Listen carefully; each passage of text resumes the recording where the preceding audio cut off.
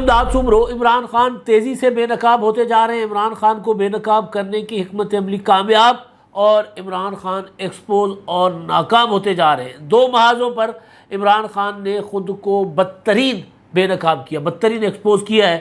ایک محاذ باتیں کرنے کا اور دوسرا محاذ بات کر کے پیٹھ دکھانے کا، دوڑ جانے کا، یعنی دعویٰ ہوتا ہے نا، وعدہ ہوتا ہے جی میں تو جھکوں گا نہیں، میں تو ڈٹ کے کھڑا رہوں گا، لیکن ڈٹ کے کھڑا رہنے والے عمران خان صاحب نے بتا دیا ہے کہ وہ جو کیا ساریاں تھیں، جو وہ باتیں تھیں، وہ ساری کی ساری ان کے متعلق ٹھیک تھی۔ ایک یہ کہ اقتدار کی خاطر عمران خان صاحب کچھ بھی کر جائیں گے، دوسرا یہ کہ اگر عمران خان کو سہارے نہیں ہوں گے، بے ساکھیاں نہیں ہوں گی، سہولت کاریاں نہیں ہوں گی، کاندھوں پر بٹھانے والے، نیپیاں بدلنے والے عمران خان صاحب کے ساتھ نہیں ہوں گے تو پھر عمران خان صاحب دوڑ لگا دیں گے۔ بس دیکھ رہا تھا کل سے جو پاکستان میں چل رہا ہے، عمران خان صاحب کا ایک انٹرویو جو بڑا کیا کہتے ہیں، جس پر بہت زیادہ عمران خان کو تنقید کا سامنا کرنا پڑ رہا ہے اور وضاحتوں پر وضاحتیں آ رہی ہیں عمران خان صاحب کی طرف سے، یعنی ان کی پارٹی کی طرف سے۔ تو جب میں نے وہ انٹرویو سنا، انٹرویو دیکھا اور اس کے بعد ٹویٹر پر اور بیانات، T V talk shows, Senate, جہاں جہاں دیکھا عمران خان صاحب کی کیے کو صاف کرنے کی جو کوشش کی جا رہی تھی، تو میرے دماغ میں ایک چیز آئی کہ یار عمران خان صاحب شاید دنیا کے واحد لیڈر ہیں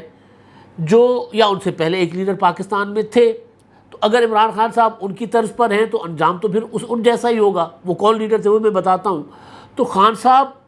ایک ایسی بات کرتے ہیں جس سے رائتہ پھیل جاتا ہے، جس سے گند ہو جاتا ہے، باقی پوری کی پوری ان کی پارٹی، پھر ان کے اپنے صحافی، سارے جتنے بھی ان کے اپنے صحافی ہیں، اینکرز حضرات ہیں ٹویٹر پر اور اپنے پروگرامز میں، اپنے یوٹیوبز پر، وہ عمران خان صاحب کے اس گند کو صاف کرنے میں لگ جاتے ہیں۔ دنیا کی شاید یہ واحد لیڈر ہیں کہ ایک بات کرتے ہیں اور وہ بات ان کو لگ رہا ہوتا ہے کہ اس بات کا ان کو فائدہ ہوگا، کوئی ڈرے گا، کوئی سہمے گا، کوئی گھبرا جائے گا، تو اس کا، اور پھر لوگ دیکھیں گے کہ یار دیکھو دیکھو یہ عمران خان صاحب کیا بات کر رہے ہیں، اچھا تو پاکستان کے ساتھ ایسا ہو رہا ہے، وہ بات عمران خان صاحب کے گلے پڑ جاتی ہے۔ اس کے پیچھے ایک ریزن ہے، اور ریزن یہ ہے کہ عمران خان صاحب اب وہ والے عمران خان صاحب نہیں رہے۔ اب عمران خان صاحب نے 3.5 سال، پونے 4 سال خود ہی کہا کہ میں وزیر اعظم کی کرسی پر بیٹھے ہی رہے، کوئی کام نہیں کیا، نظر آ رہا ہے کہ کوئی کام نہیں کیا، اور کوئی کام کیا ہوتا تو انٹرویوز میں اس طرح کی باتیں نہ کرتے۔ اور جن کے اوپر الزام لگا رہے ہیں ان کا ایک ٹریک ریکارڈ ہے، ان کا ماضی ہے، ان کے اوپر کرپشن کا الزام جو مرضی لگائے، لیکن انہوں نے کم از کم جس طرح کے عمران خان ان پر الزام لگا رہے ہیں، وہ ان کا ریکارڈ اس معاملے میں بالکل کلیئر ہے، واضح، اور قوم آنکھ بند کر کے ان کے اوپر یہ اعتبار کر سکتی ہے، اور کرنا بھی چاہیے کیونکہ ان کا ریکارڈ ہے۔ تو عمران خان صاحب جو بولتے ہیں اپنے مخالفین کو پھنسانے کے لیے، خود پھنس جاتے ہیں، پھر ان کی پوری پارٹی وائپر لے کر، پوچھے لے کر، وہ ٹاکیاں شاکیاں لے کر صفائی کرتی پھرتی ہے کہ نہیں کپتان کے کہنے کا یہ مطلب نہیں تھا، کپتان یہ کہہ رہے تھے، کپتان کی بات کو آپ غلط سمجھے۔ تو اس طرح ان کی جو کپتان صاحب کی جو باتیں ہوتی ہیں، وہ اس کو اس طرح اپنا صفائیاں پیش کرتی ہے ان کی پوری پارٹی اور پوری کی پوری جماعت۔ تو میں گزارش کر رہا تھا، دو چیزیں، دو محاذوں پر عمران خان صاحب مزید ایکسپوز ہوئے۔ پہلے میرا خیال ہے، میں ذرا آتا ہوں، وہ جو آج انہوں نے عدالت سے ضمانت لی ہے، راہداری، پشاور ہائی کورٹ سے راہداری ضمانت۔ اب وہ پشاور ہائی کورٹ گئے اور خود چل کر گئے، ٹریک سوٹ پہن کر عدالت میں گئے، گرین شرٹ میں، اور وہاں پر ان کا طریقہ اسٹائل ہے بھائی کا، اور وہ وہاں گئے عدالت میں، اور وہاں جا کر انہوں نے سارے کو عدالت نے نکال دیا کمرے سے، اور عمران خان صاحب کی بات سنی، اور عمران خان صاحب کو 25 مئی تک کے لیے راہداری ضمانت مل گئی، 25 جون تک کے لیے 3 ہفتوں کی راہداری ضمانت عمران خان صاحب کو مل گئی۔ اور اس میں اب مجھے نہیں پتا، قانونی ماہرین اس کو زیادہ بہتر بتائیں گے، جو میں سمجھ رہا ہوں، جو میری انڈرسٹینڈنگ ہے راہداری ضمانت کی، وہ یہ ہوتا ہے کہ ایک بندہ ایک مقدمے میں مطلوب ہوتا ہے اور اس کے ضمانت وارنٹ جاری ہوئے ہوتے ہیں، گرفتاری کے لیے پولیس ان کے پیچھے پڑ رہی ہوتی ہے، تو وہ چاہتا ہے کہ جی میں جا کر عدالت میں پیش ہوں، سرنڈر کروں، عدالت میں اپنا مدعا رکھوں، عدالت سے ضمانت کی درخواست کروں، عدالت ضمانت دے دے ٹھیک ہے، نہ دے تو اس کے بعد گرفتاری ہو، لیکن کم از کم میری گرفتاری عدالت میں ہو۔ تو اس کے لیے پھر وہ کسی اور عدالت جاتا ہے، بڑی عدالت، اور جا کر کہتا ہے کہ جی مجھے راہداری ضمانت دی جائے، تاکہ کم از کم مجھے عدالت پہنچنے تک کا وقت ہو میرے پاس، اس دوران مجھے پولیس نہ گرفتار کرے، اور وہ بہت لمیٹڈ ٹائم کے لیے ہوتی ہے۔ اب راہداری ضمانت سمجھ آ رہا ہے نا کہ میں نے اس جگہ سے اس عدالت تک پہنچنا ہے، میں نے پشاور سے اسلام آباد کے سیشن کورٹ میں، ایڈیشنل سیشن کورٹ میں یا اسلام آباد ہائی کورٹ میں وہاں تک پہنچنا ہے، وہاں تک کے لیے میری گرفتاری نہ ہونے کی ضمانت مجھے دی جائے، یہ ہوتی ہے راہداری ضمانت۔ اب یہ 3 ہفتوں کی راہداری ضمانت، کہاں پیش ہونا ہے، کس جگہ پیش ہونا ہے، کوئی پتہ نہیں ہے۔ اب اس 3 ہفتوں کی راہداری ضمانت کا عمران خان صاحب کیا کیا فائدہ اٹھا سکتے ہیں، کوئی پتہ نہیں۔ عمران خان صاحب کو تو سیاست بہت زور سے آئی ہوئی ہے، تو وہ کر رہے ہیں روزانہ سیاست، اور وہ جو روزانہ سیاست کر رہے ہیں اس کو صاف کرنے کی کوشش کی جا رہی ہے ان کی پارٹی کی طرف سے۔ پچھلے کافی دنوں سے دیکھیں آپ کہ عمران خان صاحب نے جتنے بھی بیانات دیے ہیں وہ سارے کے سارے ان کو الٹ پڑے، ان کے گلے پڑے، چاہے نیوٹرل امپائر کی بات ہو، چاہے پھر انہوں نے اپنا خالد بن ولید کو ہٹانے کی بات کی کہ جی حضرت عمر نے تو دوران جنگ خالد بن ولید کو ہٹا دیا تھا، پھر وہ جو آف کیمرہ جو گپ شپ کرتے تھے اپنے پسند کے اینکرز کے ساتھ، بریفنگز دیتے تھے، بریفنگ کے جواب میں وہاں جو باتیں کرتے تھے، اپنی کچن کیبنٹ میں جو باتیں کرتے تھے کہ اگر میرے خلاف تحریک عدم اعتماد آئے گی تو میں آرمی چیف کو ہٹا دوں گا، وہ جس طرح کی باتیں وہ کرتے تھے، باہر نکالتے تھے، جو میسیجنگ کرتے تھے، وہ ساری کی ساری ان کے گلے پڑتی تھی۔ اب یہ جو حکمت عملی تھی، میں کئی بار اس معاملے پر گزارش کر چکا ہوں کہ یہ جو عمران خان صاحب، ایک تو راہداری ضمانت انہوں نے لے لی، اب راہداری ضمانت جو ہے وہ عمران خان صاحب نے جو لی اس کے پیچھے جو ایکسپوز ہوئے وہ یہ ایکسپوز ہوئے کہ عمران خان صاحب نے پوری قوم کو بتایا کہ جی آپ کا کپتان کھڑا رہے گا، کبھی آپ کا سر جھکنے نہیں دے گا، انقلاب لا رہا ہوں میں، حقیقی آزادی کی جنگ ہے۔ تو حقیقی آزادی کی جنگیں عدالتوں میں جا کر ایڈوانس میں ضمانتیں کروا کر، عدالتوں سے ایڈوانس میں انقلاب کے لیے اجازت لے کر نہیں چلائی جاتی، انقلاب کی اجازت لے کر نہیں چلائی جاتی۔ وہ تو پھر انقلاب میں کئی بار کہہ چکا ہوں، انقلاب اور حقیقی آزادی جو ہوتی ہے وہ تو پھر اگر اس کی جنگ، اگر حقیقی جنگ ہو تو پھر اس کے لوازمات کچھ اور ہوتے ہیں۔ وہ نہ عمران خان صاحب نے کبھی کوئی تاریخ پڑھی ہوگی، نہ سنی ہوگی، نہ دیکھی ہوگی، باتیں کرتے ہیں جی میں سب، اس سے زیادہ مجھ سے بہتر کوئی نہیں جانتا قبائلیوں کو، مجھ سے بہتر کوئی نہیں جانتا یورپینس کو، مجھ سے بہتر کوئی نہیں انگریزوں کو جانتا۔ تو عمران خان صاحب کو اگر تاریخ پتہ ہوتی کہ لیڈر کیا ہوتا ہے اور لیڈر کا رویہ کیا ہوتا ہے، لیڈر کا ایٹیٹیوڈ کیا ہوتا ہے۔ عمران خان صاحب کا ایٹیٹیوڈ تو رام جانے والا بھی نہیں ہے۔ رام جانے شاہ رخ خان کی ایک مقبول فلم ہے بہت پرانی، اس میں رام جان ایک گینگسٹر ہوتا ہے، بچے اس کے پیچھے پاگل ہوتے ہیں، بچوں کو آئیڈلائز کرتے ہیں، چھوٹے چھوٹے بچے 10 سال 12 سال 13 سال یتیم بچے، ان کو کھلاتا پلاتا ہے۔ وہ ہر بچہ جو سر پر اس رام جانے کی طرح باندھ کر نا رومال، اور وہ اسٹائل مار کے اور بڑا دادا بننے کی کوشش کرتا ہے، بھائی بننے کی کوشش کرتا ہے۔ تو رام جانے پوری کی پوری نسل خراب کر دیتا ہے۔ تو اس کے بعد یہ ہوتا ہے کہ رام جانے کو احساس ہوتا ہے، وہ شاہ رخ خان جو ہے وہ گرفتار ہو جاتا ہے، اور اس کو احساس، اور بچے اس کے لیے پاگل ہوئے ہوتے ہیں کہ رام جانے کو سزائے موت ہو جاتی ہے، اور بچے پاگل ہو جاتے ہیں، سنائی جاتی ہے، عدالت سزا سناتی ہے، بچے اس کے پیچھے پاگل ہوئے ہوتے ہیں جنون میں۔ جنون بچوں کو جنون، آپ کو پتہ ہے نا، سنا ہے نا آپ نے، جنون یوں ہاتھ اٹھا کر یا جنون، تو بچے اس جنون میں مبتلا ہوئے ہوتے ہیں رام جانے کے، اور وہ ہر بچہ رام جانے بننے کی کوشش کر رہا ہوتا ہے۔ تو رام جانے کو خیال آتا ہے کہ یار اگر میں بہادری کے ساتھ مر گیا تو یہ بچے تو میرے پیچھے چلیں گے، اور بچوں نے تو پھر سب ساروں کی زندگیاں تباہ ہو جائیں گی، چھوٹی عمر کے بچے۔ تو وہ کیا کرتا ہے کہ جب بچے اس سے آخری ملاقات کرنے آتے ہیں تو وہ جیلر کے پاؤں پکڑتا ہے، روتا ہے، گڑ گڑاتا ہے، مجھے مت مارو، مجھے مت مارو، اس طرح کرتا ہے۔ تو بچوں کے اس جو بت بنا ہوا تھا رام جانے کی بہادری والا، وہ ٹوٹ جاتا ہے، اور جیسے ہی بچے چلے جاتے ہیں رام جانے اٹھتا ہے اور کھڑے ہو کر اور چل پڑتا ہے، جا کر اپنی سزا پر خود عمل کرواتا ہے۔ بنیادی طور پر بچوں کا بت توڑنے کے لیے بزدل بنتا ہے۔ یہاں مسئلہ یہ ہے کہ لوگوں کو کھڑا کر کے اس کے بعد خود چھپ گئے پشاور، پوری قوم کو کہا کہ ڈٹ جانا ہے۔ تو عمران خان صاحب کو نہ شاید نہ تاریخ کا پتہ ہے، نہ وہ جغرافی کا بھی نہیں پتہ، وہ کبھی کسی کا کال کسی کے نام پر وہ کر دیتے ہیں، علم و ادب کا پتہ بھی، مطلب بہرحال وہ سنی سنائی باتوں پر آپ نے عمران خان صاحب کو اکثر دیکھا ہوگا کہ اس کان میں بات کرتے ہیں، کوئی اس کان میں بات کرتا ہے، زبان سے نکل آتی ہے خان صاحب کی۔ تو عمران خان صاحب جو ہے یہاں تو ان کا بت، جو بہادری کا بت تھا نا، وہ تو کم از کم قوم کے سامنے ٹوٹ گیا کہ جی عمران خان صاحب کتنے بہادر ہیں۔ گرفتاری کے خوف سے جا کر پشاور بیٹھ گئے۔ اب پشاور سے اسلام آباد کسی کام کے سلسلے میں آنا ہے تو بھی ضمانت کرواؤ، پہلے ضمانت کروا کے جاؤ۔ میں گزارش کر چکا ہوں کئی بار کہ جی جو پاکستان میں اس وقت جوڈیشل ایکٹیویزم ہے، یا کم از کم عدالتیں آزاد ہیں، یہاں پر تو ایک منٹ کسی کو لاک اپ میں نہیں رکھا جا سکتا۔ پی ٹی آئی کے ورکروں، کسی عام کارکن کو نہیں رکھ سکی حکومت۔ اور ویسے بھی ظاہر ہے تحریک انصاف والے، ہمارے سیاست میں مسلم لیگ نون والوں کو کہا جاتا تھا کہ لاڈلے ہیں، ان کا بھی وہ لاڈ پیار ختم ہو گیا، وہ بھی بیچارے ہو گئے سائڈ پہ۔ پیپلز پارٹی والوں نے تو ہمیشہ مارے کھائیں۔ تو یہ سپر لاڈلا نسل ہے، یہ ان کے لیے عدالتیں آرڈرز جاری کرتی ہیں کہ بھئی ان کو گرفتار نہ کرو، انہوں نے انقلاب لے کر آنا ہے، ان کے لیے راستے کھول دو۔ ایڈوانس میں وہ جاتے ہیں اور ای سی ایل پر نام، اسی ملک کی یہی عدالتیں تھیں، 3 سال 4 سال ای سی ایل پر نام ڈلے رہے سارے، سابق وزیر اعظم، سابق صدر، سابق وزراء، سابق چیئرمین سینٹ، سب کے 3 سال پڑے رہے۔ یہاں پر ای سی ایل پر نام ڈلا، وہ عدالت گئے، عدالت نے 1 منٹ سے پہلے کہا نکال دو، چلے گئے شہزاد اکبر صاحب باہر۔ تو یہ وہ والے جو لوگ ہیں، ان کو عمران خان صاحب کو پتہ بھی ہے کہ بھائی مجھے ضمانت مل جائے گی،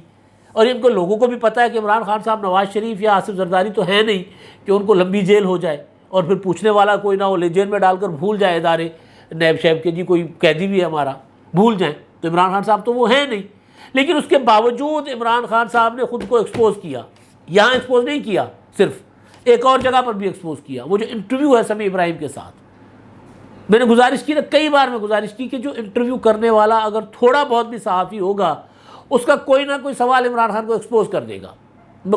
پارس خورشید کے انٹرویو کی میں مثال کئی بار دے چکا ہوں۔ میں نے اس میں آپ کو گزارش کی تھی کہ جی انہوں نے سوال کیا تھا کہ جی ملک میں مہنگائی ہے، تب وزیر اعظم تھے عمران خان صاحب، اور لوگ خودکشیاں کر رہے ہیں، تو اگر لوگ خودکشیاں کر رہے ہیں تو میں کیا کروں؟ یہی بات کی تھی جو کہ جی اگر وہ جو شہباز شریف صاحب نے کہا تھا کہ انڈیا کشمیر ہڑپ کر گیا اور آپ چپ کر کے بیٹھے ہوئے تو کیا میں جنگ کر دوں، یہ کہا تھا نا عمران خان صاحب نے۔ تو یہ عمران خان صاحب جو ہیں وہ بولیں گے، جتنا بولتے ہیں وہ ایکسپوز ہوتے ہیں۔ یہ بیسک حکمت عملی تھی عمران خان صاحب کو قوم کے سامنے بے نقاب کرنے کی۔ گرفتار کرنا عمران خان کو کتنا ایک بڑا مسئلہ تھا۔ جس دن پریزن وین گئی تھی وزیر اعظم ہاؤس کے سامنے جا کر کھڑی کر دی گئی تھی، جو سوال اٹھایا جا رہا ہے کہ جی وہ کون تھا جس نے پریزن وین بھیجی؟ وہ سسٹم تھا بھائی، وہ نظام تھا، سوال کرنے والوں وہ نظام تھا۔ آپ تو آج سوال کر رہے ہو، ہم نے تو یہ سارے واقعات آنے سے پہلے بتا دیا تھا کہ ٹرمپ بھی سوال کر رہا ہوگا نا، وہ کون تھا کہ جس نے اپنا کیپٹل ہل میں ٹرمپ کے لوگوں کو پھینٹی لگائی تھی جو قبضہ کرنے آئے تھے۔ تو وہ جو کون تھا، سوال یہ کیا جا رہا ہے جی وہ کون تھا، کہ عمران خان کہہ رہے ہیں جی وزیر اعظم تو میں تھا، تو وہ کون تھا جس کے آرڈر پر پریزن وین آ گئی تھی؟ تو سسٹم تھا۔ پاکستان میں اسی طرح سسٹم اگر مضبوط ہو جائے گا تو پھر کوئی بھی ملک کے نظام کو ہائیجیک کرنے کی کوشش نہیں کرے گا۔ تو عمران خان کو ایکسپوز کرنے کے لیے سب سے بہترین حکمت عملی یہی تھی کہ بجائے اس کے کہ ان کو گرفتار کرے، پریزن وین پر آئی ہوئی تھی، گرفتار کر کے بھیج دیتے اڈیالہ جیل۔ اعلان تو کر چکے ہوئے تھے کہ میں زیادہ خطرناک ثابت ہوں گا، اعلان تو ہو چکا ہوا تھا، لیکن یہ طریقہ اختیار نہیں کیا گیا کیونکہ رام جانے کے بہت زیادہ پیروکار تھے۔ تو رام جانے کے فالوورز کو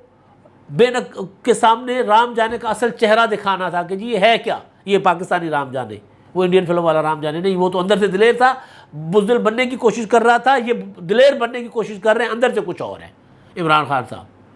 اور اقتدار کی ہرس اتنی کہ کوئی بھی وزیر اعظم جو پاکستان کا یا کسی دنیا کے کا اگر کوئی سربراہ بن جاتا ہے کسی ملک کی حکومت کا، تو وہ پھر بہت سی باتیں پولیٹیکل اپنے ملک کی خاطر نہیں کرتا۔ عمران خان صاحب اقتدار میں آنے سے پہلے جو باتیں کرتے تھے،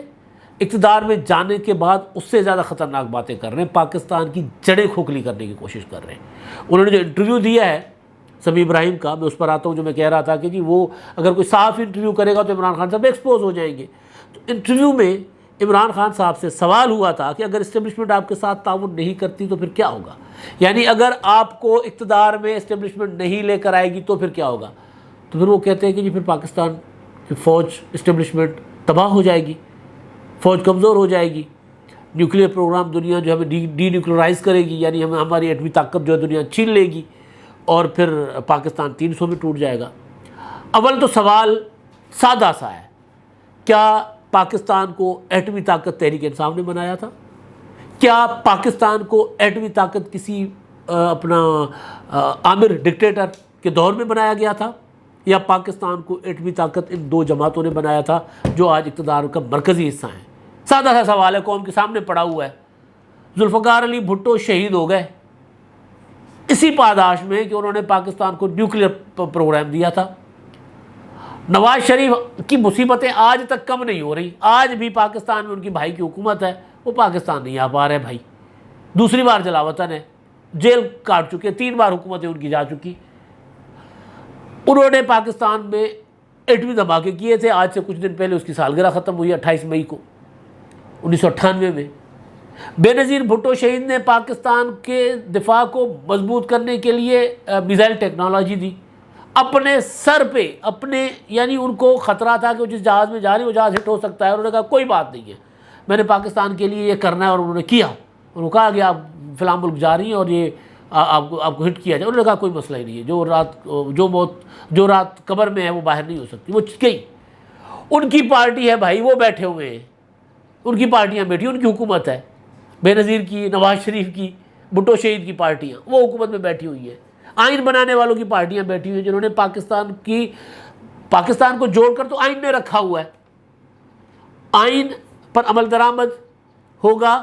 تو پاکستان کو کوئی خطرہ نہیں ہے، سادہ سی بات ہے۔ تو آئین بنانے والے، ایٹمی طاقت دینے والے، پارلیمانی جمہوری نظام دینے والے جو اقتدار میں بیٹھے ہوئے ہیں، ڈرا کس کو رہے ہیں بھائی آپ؟ کہ صرف عمران خان حکومت میں ہوگا تو پھر پاکستان بچے گا، ورنہ پاکستان نہیں بچے گا۔ دبئی جا کر ایک ملاقات مشرف سے فرمائی حضور۔ مطلب ہو سکتا ہے کہ آپ کے بیانات سے وہ لوگ تو ڈر جائیں جن کے لیے آپ اقتدار سے پہلے کہتے تھے کہ جی 20,000 لوگ آئیں گے تو ان کے ساتھ وہ ہو جائے گا، ان کا یہ حال ہو جائے گا، ہو سکتا ہے آپ سے وہ ڈریں۔ لیکن پاکستان کے لوگوں کو پتہ ہے، آپ کی حقیقت کا بھی پتہ ہے، اور جو اقتدار میں بیٹھے ہوئے ہیں ان کی حقیقت کا بھی پتہ ہے، ان کا ایک ریکارڈ ہے۔ ہاں آپ کرپشن کے الزامات لگاتے رہیں، کرپشن کی بھی ہوگی، اس میں مطلب وہ عدالتیں ثابت کریں، ابھی تک تو کسی پر نہیں ہوئی۔ کرپشن کا دفاع ہم نہیں کرتے، کرپشن کی ہے یا نہیں کی، لیکن کم از کم یہ تو کہا جا سکتا ہے، تاریخ ہے کہ بھائی یہ وہ لوگ اقتدار میں بیٹھے ہوئے ہیں جنہوں نے پاکستان کی خاطر جانیں دی ہیں، ایک لفظ باہر نہیں نکالا۔ نواز شریف جب ایٹمی دھماکے کر رہے تھے تو اس وقت بل کلنٹن نے ان کو کہا کہ آپ کا سارا قرضہ IMF سے معاف، اتنے ارب ڈالر آپ کے اکاؤنٹس میں آ جاتے، پاکستان جا کر عیاشی ہمارے۔ انہوں نے کہا نہیں، انڈیا نے دھماکے کیے تو ہم نے بھی کرنے ہیں۔ آپ تو کہتے ہیں میں کیا کروں، انڈیا سے جنگ کر دوں، تو آپ ڈرا رہے ہیں بھائی پاکستان کے 3 ٹکڑے، اور 3 ٹکڑوں کا حساب کتاب ہے کیا؟ ذرا مجھے کوئی یہ سمجھائے نا، اللہ نہ کرے میرے منہ میں خاک، پاکستان 4 وفاقی اکائیاں اور 2 جو پاکستان میں آزاد کشمیر اور گلگت بلتستان، وہ 2 یونٹ انتظامی یونٹ پاکستان کے ساتھ ہیں، 6۔ تو یہ 3 ٹکڑوں والا حساب کتاب کیا بنایا ہوا؟ آپ نے کوئی نقشہ بنایا ہوا ہے؟ آزاد کشمیر کے متعلق بھی آپ نے یہی باتیں کی تھی۔ تو بنیادی چیز یہ ہے کہ عمران خان صاحب جب بھی بولتے ہیں تولے بغیر بولتے ہیں،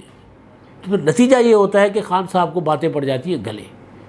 اس سے پہلے میں نے آپ کو بتایا نا کہ وہ نیوٹرل والی بات کر دی، پھر نیوٹرل کی وضاحتیں دیتے رہے، پھر جب ضرورت پڑی کہ جی نیوٹرل کے ساتھ جو ہے وہ معاملات دوبارہ طے ہو سکتے ہیں، تو پھر نیوٹرل اچھے بھی ہونے لگ گئے۔ پھر مطلب عجیب و غریب قسم کا نا ایک ان کے دماغ میں۔ تو بیسک جو حکمت عملی تھی وہ اب میں اس پر آ رہا ہوں کہ حکمت عملی یہ تھی عمران خان صاحب کو بے نقاب کرنے والوں کی کہ اس کو گرفتار کرنے کی کوئی ضرورت نہیں ہے، اس کو کھلی چھوٹ دیں، رسی ڈھیلی کر دیں، یہ بولیں گے اور اپنے آپ کو ایکسپوز کرتے جائیں گے۔ اب جتنا بول رہے ہیں عمران خان صاحب ایکسپوز ہو رہے ہیں، جتنا بول رہے ہیں اداروں پر حملہ آور ہو رہے ہیں، جتنا بول رہے ہیں ان کے اندر جو کچھ ہے وہ سارا باہر نکلتا آ رہا ہے۔ عمران خان صاحب نے، آپ تھوڑا سا موازنہ کرتے 80s میں چلے جاتے ہیں۔ 80s میں کراچی میں الطاف بھائی نے جب سیاست شروع کی تھی، جب وہ ہوا بن رہے تھے، تو وہاں پر کیا لکھا ہوتا تھا نعرے؟ کیا لکھے ہوتے تھے؟ بھائی کا غدار ہے، موت کا حقدار ہے، قائد کا غدار ہے، موت کا حقدار ہے، یہ نعرے ہوتے تھے نا۔ عمران خان صاحب نے لوگوں کو کیا کہا ہے کہ جی جو میرے خلاف ہے وہ بدی پر ہے، میں نیکی پر ہوں۔ جو میرے خلاف نہ صرف سیاسی طور پر ان کے خلاف فتوے جاری کروائے، بلکہ مذہبی طور پر بھی فتوے جاری کر کے ان کی زندگیاں خطرے میں ڈالنے کی کوشش کی، چاہے وہ منحرفین تھے،